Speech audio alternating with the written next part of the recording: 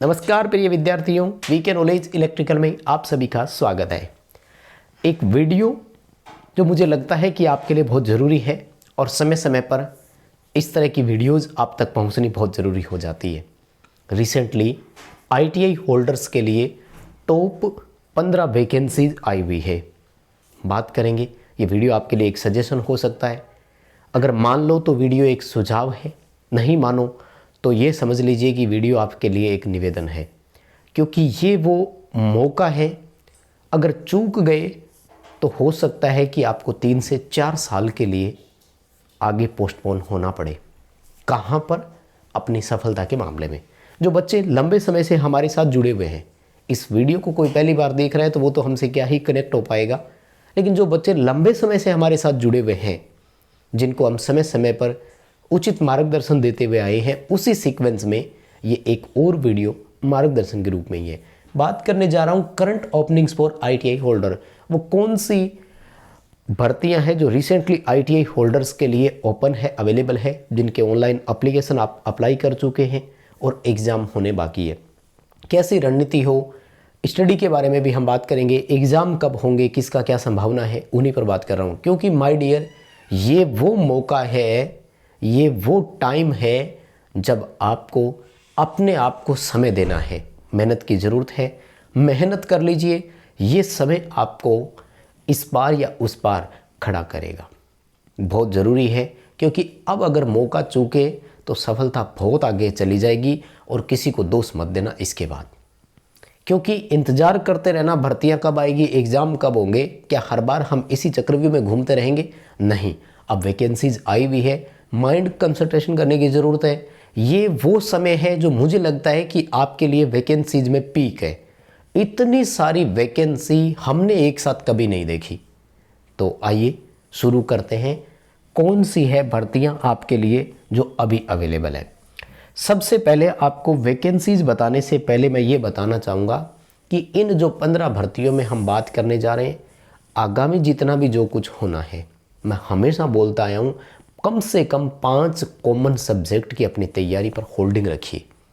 ऐसे नहीं होता कि ये वैकेंसी आ गई तो बस इसी के पीछे भागूं, इधर से ये वैकेंसी आ गई तो इसका कोर्स ले लिया, ये वैकेंसी आ गई तो इसका कोर्स ले लिया। क्यों ज़रूरत पड़ रही है हमें ऐसे कोर्सेज की?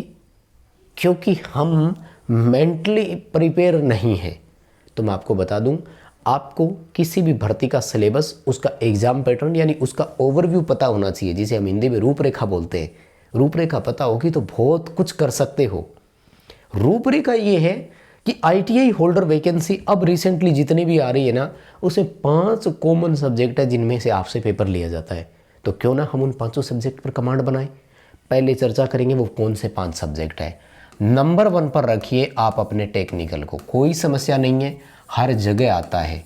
किसी को कोई समस्या है क्या? नहीं जी, टेक्निकल हर जगह आता है, मोस्टली डोमिनेटिंग भी रहता है हर जगह। कोई भी एग्ज़ाम हो, जैसे इसरो है तो वो तो प्योरली होता ही आपका टेक्निकल बेस है। इसके अलावा अगर कोई भी और एग्ज़ाम की बात करें तो जहाँ 100 क्वेश्चन आते हैं तो 60 टेक्निकल के होते हैं, 40 नॉन टेक के रहते हैं। 120 आते हैं तो भी लगभग 60-70 क्वेश्चन टेक्निकल के रहते हैं। तो अपने ट्रेड पर भी कमांड बनाइए। अब बात ये समझ में नहीं आती, कई बार ये देखने को मिलता है, भाई जब आपका सिलेबस एक है तो आपका कोई भी एग्ज़ाम होना, क्यों उसका आप प्रिपरेशन नहीं कर सकते? जैसे यूपी मेट्रो में वैकेंसी आई हुई है इलेक्ट्रीशियन वालों के लिए, आईटीआई इलेक्ट्रीशियन बेस पे ही फॉर्म भर रहे हो ना, तो यूपी मेट्रो एमपी पीजीसीएल से अलग हो सकता है क्या? मध्य प्रदेश पावर जनरेटिंग में वैकेंसी आई है, वहाँ भी आईटीआई इलेक्ट्रीशियन मांगा गया है। बिहार टेक्नीशियन की वैकेंसी आई है, वहाँ भी आईटीआई इलेक्ट्रीशियन मांगा गया है। यानी जब आप एक आईटीआई योग्यता जो आपने ली, उसी के बेस पर सब भर्तियों में आप फॉर्म अप्लाई कर रहे हैं, तो आपका सिलेबस अलग अलग कैसे हो जाएगा?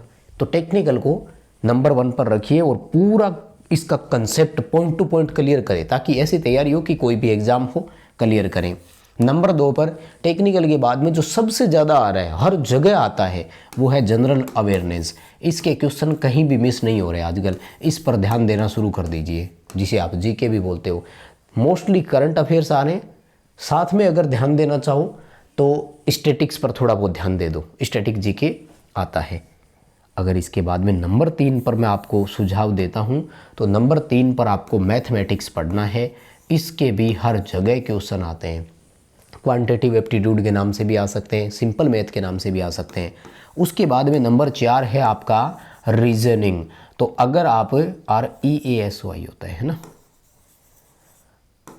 अगर आप रीजनिंग का देखें तो ये भी हर एग्ज़ाम में मोस्ट कॉमन रहता ही है, ठीक है ना। इनके अलावा आता है लैंग्वेज स्पेशल का। लैंग्वेज में भी हमने जितने भी एग्ज़ाम देखे उनमें इंग्लिश ज़्यादा आती है, और इंग्लिश नहीं भी आ रही तो इंग्लिश के साथ साथ में कुछ ऐसे हैं जहाँ इंग्लिश और हिंदी दोनों आ रहे हैं।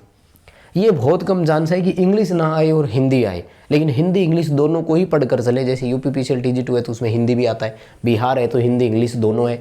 और इंग्लिश के क्वेश्चन तो देखो हर जगह आ रहे हैं। रिसेंटली आपने देखा होगा, पहले DRDO का एग्जाम दिया था, CPRI का एग्जाम दिया है, दिल्ली एडजस्ट बोर्ड का एग्जाम आप देने वाले हो, तो सब जगह आ रहा है भाई। इंग्लिश और हिंदी लैंग्वेज के रूप में पढ़ेंगे। इसके बाद में एक और एक्स्ट्रा सब्जेक्ट आपको जोड़ना है, तो वो है कंप्यूटर। क्योंकि कंप्यूटर अभी जैसे देखो BSPCL में आता है, UPPCL जैसे एग्जाम में आता है, और कई बार GK साइड में इसके क्वेश्चन आ जाते हैं। ये है वो 6 टॉपिक जिनको हर बच्चे को पढ़ना चाहिए। अगर इनको आप कंसेप्ट के तौर पर 0 से लेकर टॉप तक नहीं पढ़ते हो, इनके आप सिलेबस को कवर नहीं करते हो, तो पीछे रह जाते हो। प्रॉब्लम ये आती है कि रीजनिंग पढ़ रहे हो, पता ही नहीं कहाँ से शुरू कर रहे हैं रीजनिंग को, आधे बीच में से पढ़ रहे हैं, हल कर रहे हैं, ठीक है उत्तर हो गया। क्यों भाई? मार्केट से आप एक बार चीज़ को देखिएगा कि मुझे रीजनिंग करना है, मुझे रीजनिंग 0 से टॉप तक लेकर जाना है, मुझे टेक्निकल कवर करना है, टेक्निकल 0 से टॉप तक लेकर जाना है। ये रणनीति आपको बनानी है, और यही रणनीति आपको कामयाब बनाएगी। अब आगे चलते हैं कि भर्तियाँ कौन कौन सी रिसेंटली आपके लिए जो चल रही है। देखो सबसे पहले तो रेलवे की वैकेंसी असिस्टेंट लोको पायलट की है। स्टेज 1 स्टेज 2 में एग्ज़ाम होगा। सिलेबस मोस्टली ये है कि स्टेज 1 का जो सिलेबस है आपका, वो रेलवे तैयारी के साथ साथ टेक्नीशियन तैयारी में भी काम आएगा, और भी जितने भी एग्ज़ाम है सब में काम आएगा। ट्रेड स्पेशल CBT 2 में काम आ जाएगा। मतलब कुल मिलाकर पॉइंट वही 5 या 6 सब्जेक्ट है जहाँ से घूम फिर कर आप तैयारी करेंगे। सबसे बेस्ट जॉब है रिसेंटली, इससे टॉप तो कोई वैकेंसी नहीं हो सकती। हाँ, सीटें नहीं है, बहुत कम सीटें हैं, मैं कहूँ कि नए के बराबर है। भाई इतने बड़े देश में 6000 ALP है, अकेले बिहार में 2000 टेक्नीशियन की आई हुई, बताओ। तो कंपैरिजन करवाना वो एक अलग चीज़ है, लेकिन मौका तो है। सेकंड ऑप्शन है रेलवे टेक्नीशियन। अब वैसे तो नाम रेलवे टेक्नीशियन है, देखो क्वालिफिकेशन ITI है, सिलेबस पूरा 10वीं वालों का डाल दिया, थोड़ी बहुत थ्योरी डाल देते, इसमें भी टेक्निकल के 10 क्वेश्चन 15 क्वेश्चन बच्चे सही तरीके से कर पाते। लेकिन बात यह है, सुझाव इसलिए दे रहा हूँ, इन दोनों में एक कॉमन तैयारी काम आ रही है। बताओ, इसका जो CBT 1 है इसका मेन पेपर ही है, यानी एक ही तैयारी करो। ये भी एग्जाम पेपर आप दे सकते हो, ये भी दे सकते हो। अगर इसका CBT 1 क्लियर हो गया तो CBT 2 में तो ट्रेड थ्योरी आपका आगे निकल जाएगा, क्योंकि तैयारी तो कॉमन ही है। ट्रेड थ्योरी के अलावा जो मेन पोर्शन है तो वही। अब देखो माय डियर, अगर आप बिहार से है तो जिंदगी में आपको ऐसा मौका दोबारा नहीं मिलेगा। पिछली बार 4 अलग अलग सीटों के लिए वैकेंसी आई थी 2000 पदों पर। इस बार अकेला टेक्नीशियन नाम से डाल दिया है 2000 पदों पर। पूरे देश में ALP की 6000 है, और आपको अकेले स्टेट में 2000 पदों पर वैकेंसी मिली है। बहुत लंबे समय बाद आई है, इंतजार बहुत आपको करना पड़ा। लेकिन अब देखो चीज़ वो है, सिलेक्शन सबका तो नहीं होता, ये भी मैं बोलता हूँ। लेकिन हम उस साइड क्यों नहीं जहाँ सिलेक्शन होता है? भाई मेरा सिलेक्शन या मेरा नाम उस साइड है जहाँ सिलेक्शन है, तो बस ठीक है।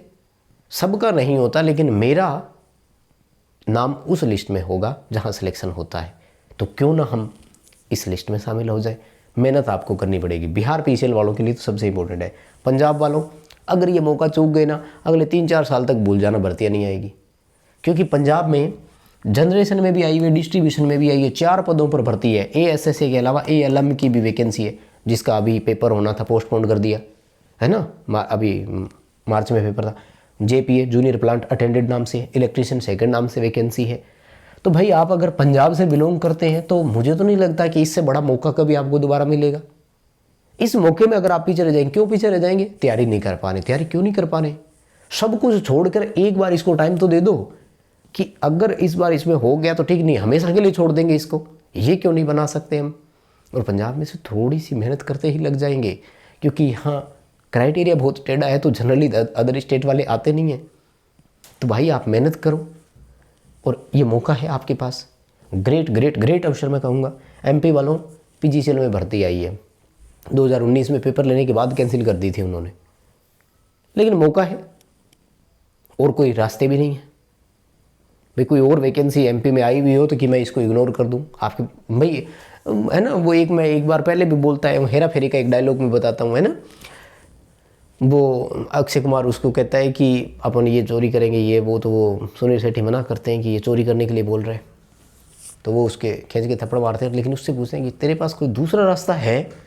तो अब हमारे पास पावर जनरेशन में वैकेंसी आई है, इसके अलावा कोई रास्ता ही नहीं है। तो अपनी मेहनत करेंगे, पेपर देंगे, हमारा काम पोटेंशियल है, हम अपना पोटेंशियल देंगे, हम अपना बेहतर देंगे जितना दे सकते हैं, तो मेहनत करेंगे। उसके बाद में देखो यूपी वालों, आरविनल की तो पता नहीं कब आएगी, यूपी पीसीएल की कंप्लीट हो चुकी है, तो जो हाथ में है उसको लपट लीजिए ना। यूपी मेट्रो में वैकेंसी आई है, अपॉर्चुनिटी ही कहेंगे, अवसर ही कहेंगे। हाँ, सीटें नहीं है, कहीं भी नहीं है, बहुत हद तक सीटें कहीं पर भी नहीं है। ये यूपी मेट्रो में लगभग 78 के आसपास सीट आई है। यही 200-400 सीटें होती तब भी कुछ तो करते। मौका है, तैयारी करो, बहुत बढ़िया है। इसका सिलेबस पूरा वही है, देखा आपने, पुराने पेपर हमने डाल दिए हैं आपके लिए लाइफ टाइम मेंबरशिप में, वहाँ से प्रीवियस पेपर पढ़ो और देखो। महाराष्ट्र से अगर हो तो महाराष्ट्र के तो तीनों डिपार्टमेंट में आई हुई है, ट्रांसमिशन में, जनरेशन में, डिस्ट्रीब्यूशन में। तो महाराष्ट्र वाले आप कैसे पीछे रह जाओगे। और ये मौका चूक गए तो भूल जाना 2027-28 से पहले कोई भर्ती आपके लिए आने वाली है क्या। तो मेहनत करो, तीनों जगह आपको कंटिन्यू अपना जो भी आप दे सकते हैं दीजिएगा। इसरो में देखो आपको वैकेंसी दे रखी है इसरो ने, UR राव सैटेलाइट सेंटर में आई भी है कि नहीं बताओ। पूरा टेक्निकल आता है, कोई नॉन टेक नहीं है, बीच में 4-5 क्वेश्चन मैथ के आएंगे। बनाइए भविष्य, इसरो आपके लिए दरवाजे खुले करके बैठा है, वैकेंसी निकालता आया है ना। मान तो रहे हो, सामने तो दिख रहा है, वैकेंसीज का पीक आपको दिख रहा है ना, आप भी मान रहे हो इस चीज़ को कि इतनी भर्ती एक साथ कभी नहीं थी। मेरा काम था सिर्फ आपको रिवाइंड करवाना कि ये वो मौका है जो एक बार की आपकी 6 महीने की, साल भर की तैयारी में ये सारे एग्ज़ाम हो जाएंगे। 6 महीने अच्छे से पढ़ लो, ये सारे पेपर हो जाएंगे और किसी एक में सिलेक्शन हो जाएगा, ज़िंदगी सुधर जाएगी। मेहनत कीजिएगा। अगर बातों से सहमत हो तो प्लीज़ लाइक ज़रूर करना वीडियो को, पता तो लगे साथ में कि यहाँ तक कौन कौन देख रहा है। कमेंट करके ज़रूर बताना आप कितने सहमत हो हमारी बातों से। IREL में वैकेंसी आई है अभी, तो इसमें अप्लाई करो, और अप्लाई तो कर ही दिया होगा, मौका है, फ़ायदा उठाइए। उसके बाद में देखो CSIR में वैकेंसी आई, राजस्थान वालों के लिए पिलानी भी है, लखनऊ में भी आई थी, अप्लाई किया ही होगा। उतनी ही तैयारी से, उसी तैयारी से आपका पेपर हो जाएगा। अगर राजस्थान से हो, CTI हो, एक्सपीरियंस भी है, तो भाई साहब आपके लिए तो गोल्डन नहीं डायमंड समय है। और इतनी सीटें आई है कि अगर ये वैकेंसी अब हाथ से निकलेगी तो अगले 15-20 साल तक भूल जाना, भर्ती नहीं आएगी, क्योंकि आप लगोगे यंग, 22, 23, 24, 25 साल वाले। तो आपको 60 साल बाद ही रिटायर करेंगे ना, तो भाई साहब 35 साल की नौकरी तो आपकी होगी। फिर नई IT खुलेगी तो भी उसमें कोई ऐसे थोड़ी है नहीं कि 200 इंस्ट्रक्टर लगेंगे। समझ रहे मेरी बात को। अगर ये मौका चूक गए तो भूल जाना अगले 15 साल तक। चलो खैर किस्मत है, आए, अच्छी बात है, मैं ये नहीं चाहता कि भर्ती आए नहीं आए, लेकिन आप सोचो इतनी वैकेंसी अब आ गई, 2000 पदों के आसपास भर्ती है, तो क्या आपको लग रहा है कि अगले साल फिर आ जाएगी। मानते हो ना आप भी इसको, क्या आपको लगता है 2 साल बाद आ जाएगी। वैसे ही 8-8 साल से वैकेंसी आई थी। बहुत मुश्किल चीज़ है, इस मौके को छोड़ मत देना। ये हाथ से गया तो सब कुछ गया। उत्तराखंड वालों, सेम आपके लिए इंस्ट्रक्टर की वैकेंसी, मौका है, तैयारी करो, मेहनत करो। सब में टेक्निकल डोमिनेटिंग है, सब में टेक्निकल आ रहा है। सेल में देखो बोकारो, राउरकेला, इस्कॉन, सब जगह आई हुई है, क्यों फ़ायदा नहीं उठा सकते। BSF में अभी वैकेंसी आई है एयर विंग में, जहाँ हेड कांस्टेबल और कांस्टेबल वो आपको लगाते हैं। नवोदय विद्यालय आपके लिए भर्ती कर ही रहा है, अभी कभी भी वो ऑनलाइन एप्लीकेशन स्टार्ट करवा सकते हैं। इलेक्ट्रिशियन वालों के लिए है ना सीटें, वीडियो डाल चुके हैं पूरा। इसके अलावा और भी बहुत सारी छोटी छोटी वैकेंसीज है, लेकिन मैं आपके लिए ये टॉप 15 वैकेंसी लेकर आया हूँ। सलाह है, निवेदन है कि इन 6 महीनों अपने आप का समय दे दो। इन 6 महीनों में पढ़ लो जितना पढ़ सकते हो, सारे पेपर हो जाएंगे 6 महीने से साल भर के अंदर अंदर, और साल भर में कामयाबी पानी है तो जो ये 5 सब्जेक्ट बताएं इन पर मेहनत करो, ठीक है ना। वीडियो पसंद आए तो लाइक ज़रूर करेंगे, कमेंट करके ज़रूर बताना हमारा तो काम है समय समय पर आपको जगाना, क्योंकि यही वो समय है, जाग जाओ, वरना ज़िंदगी भर सोते रहना। नहीं, यही वो समय है, जाग जाओ, वरना ज़िंदगी भर नींद ही नहीं आएगी। तो मौका है, फ़ायदा उठाइएगा। बहुत धन्यवाद, शुक्रिया।